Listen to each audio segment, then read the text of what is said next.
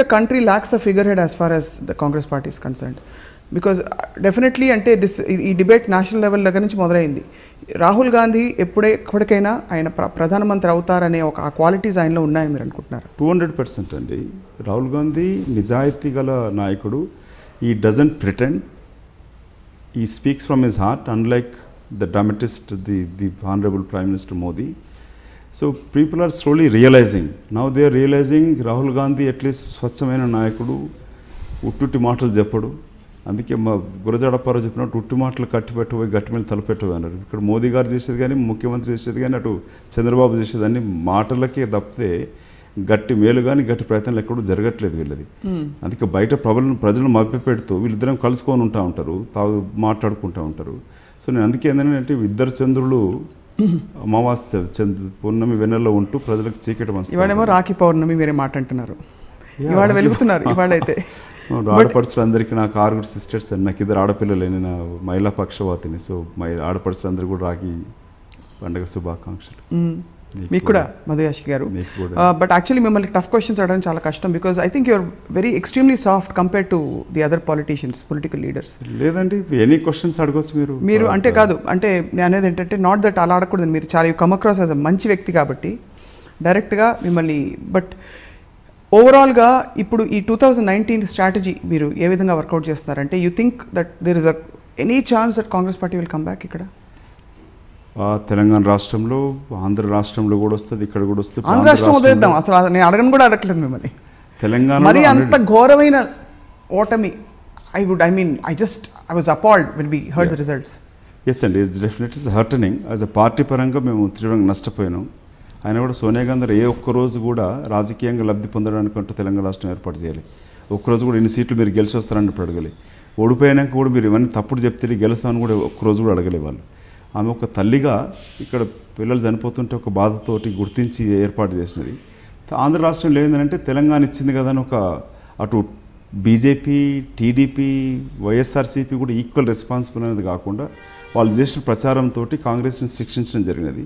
కానీ మొన్న రాజ్యసభలో జరిగిన చర్చతోటి అటు ఆంధ్రప్రదేశ్లో కూడా బీజేపీ, టీడీపీ ఈక్వల్ దొంగలే అనేది వాళ్ళు గమనించినారు. రాష్ట్ర విభజనలో వాళ్ళు కూడా అంతే కారకులు అనేది వాళ్ళు గమనించారు. కాబట్టి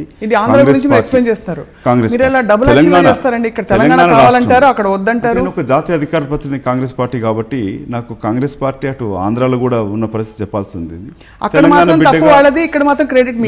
తెలంగాణ బిడ్డగా, తెలంగాణ ప్రాంతంగా ఇక్కడున్న జరుగుతున్న అసమర్థత పాలన కానీ, అవినీతి పాలన కానీ ప్రజలు గుర్తించినారు. ఉద్యోగాలు వస్తున్న విద్యార్థులు ఇవాళ అసలు దెబ్బలు కొట్టిన పోలీసు వాళ్ళకేమో కోట్లు పెట్టి కార్లు కొనిచ్చి దెబ్బలు తిన్న విద్యార్థులకు ఒక ఉద్యోగం కూడా లేదు. ఇక్కడ ఉద్యోగస్తులు మోసపోయినారు, ముఖ్యంగా జర్నలిస్టులు, లాయర్లు. అంతకన్నా అన్యాయం ఏంటంటే లాయర్లు కూడా మోసపోయినారు.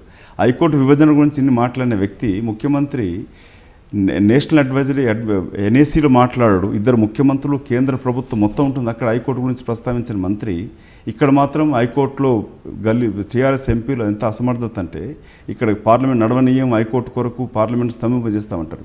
పార్లమెంట్ వెళ్ళి వెంకయ్యనాయుడు గదిరిస్తే కూర్చుండిపోతారు, నోరు కూడా విప్పరు అక్కడ. ఇటు న్యాయవాదులని, డాక్టర్లని, ఎంప్లాయీస్ని, ఆఖరికి జర్నలిస్ట్కి 3 బెడ్రూమ్ హౌస్ ఇస్తామని చెప్పినాడు హైదరాబాద్ జిహెచ్ఎంసీ ఎన్నికలలో. ఎన్నికల కోడ్ ఉండగా కూడా ప్రశ్నించే జర్నలిస్టు కూడా మోసపోయినారు. ఇక సామాన్య ప్రజలు మోసపోరా? సో అందుకే ఇక్కడ మోసాలన్నీ గమనిస్తారు కాబట్టి ప్రతి ఒక్కరు తిరుగుబాటు చేస్తారు. తెలంగాణ ప్రాంతానికి 1930sలోనే సాయుధ పోరాటం చేసిన చరిత్ర ఉంది, పోరాటాలు చేసి సలిసిపోయి ఉన్నారు. ఇప్పుడు గమనించి దాని తిరుగుబాటు వస్తుంది. దాంట్లో కాంగ్రెస్ పార్టీయే, ఇటు టీడీపీ, వైఎస్ఆర్సీపీ పోయింది, BJP could not encash it. So the alternative by default Congress will get benefit here in Telangana. Nation wide if you look at it, యూపీలో ఇప్పుడు గుజరాత్లో బీజేపీ పార్టీ మొత్తం లోకల్ బాడీ ఎలక్షన్స్లో ఓడిపోయింది. అక్కడ దళిత నాయకులను తిరుగుబాటు చేయడం జరుగుతూ ఉంది. యూపీలో ఇప్పుడు 73 ఎంపీలు గెలిచిన యూపీ బీజేపీ పార్టీ వాళ్ళ ఓన్ పార్టీ బీజేపీ ఎంపీ ఫ్రెండ్స్ని అడిగితే కూడా మేము 31 గెలవని అంటున్నారు. సో అక్కడ యూపీ అండ్ గుజరాత్ ఓడిపోయాక పంజాబ్లో ఎట్లా ఓడిపోతూ ఉంది, రాజస్థాన్లో పోతుంది. కాబట్టి దేశంలో కూడా 2019లో కాంగ్రెస్ పార్టీ ఆధ్వర్యాన పూర్తి మాస్థాయిలో కాకుండా దేశంలో ప్రభుత్వం ఏర్పడుతుంది. తెలంగాణ మాత్రం ఖచ్చితంగా you can write it down. ఇవాళ 18th August 2016 I'm telling this. Telangana 2019 probably this CM maybe go elections or early. You're saying we are going to see a Congress party chief minister in Telangana in 2019. Yes, absolutely. And people of Telangana has realized. Telangana ఇస్తే అటు కూడా పోతుంది ఇటు కూడా పోవచ్చు అని ముందే తెలుసు, అయినా కూడా త్యాగం చేసి ఇంతమంది ఎంపీలు ఆపుతున్నా కూడా వెళ్ళి ఆవిడ డెసిషన్ తీసుకుని she for the sake of the people she sacrifice the parties interest అని అంటున్నారు, అంతేనా?